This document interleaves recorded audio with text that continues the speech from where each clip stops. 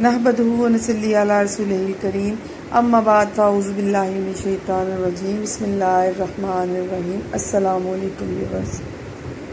آج کا عنوان ہے عقیدہ رسالت اور عقیدہ ملائکہ۔ قرآن مجید نے اس بات کا بھی کئی مقامات پر تذکرہ کیا ہے کہ اللہ انسانوں کی ہدایت کی خاطر اپنے نیک بندوں کو نبی اور رسول بنا کر بھیجتا ہے تاکہ انسان ان کی پیروی میں راہ راست پر چل کر اعلیٰ مقام حاصل کرے۔ چونکہ انبیاء اور رسول علیہ السلام اللہ کی طرف سے بھیجے ہوئے ہوتے ہیں، اس لیے ان پر بھی ایمان لانا ضروری ہے۔ ان پر ایمان لائے بغیر انسان اللہ کے پیغام اور احکام کو نہیں پا سکتا۔ یہی ہستیاں اللہ اور بندے کے درمیان واسطہ ہوتی ہیں۔ عقیدہ ملائکہ۔ چونکہ فرشتے اللہ کا پیغام لے کر انبیاء علیہ السلام کے پاس آتے ہیں، اس لیے ان کو بھی اللہ کی معصوم مخلوق کی حیثیت سے ماننا ضروری ہے۔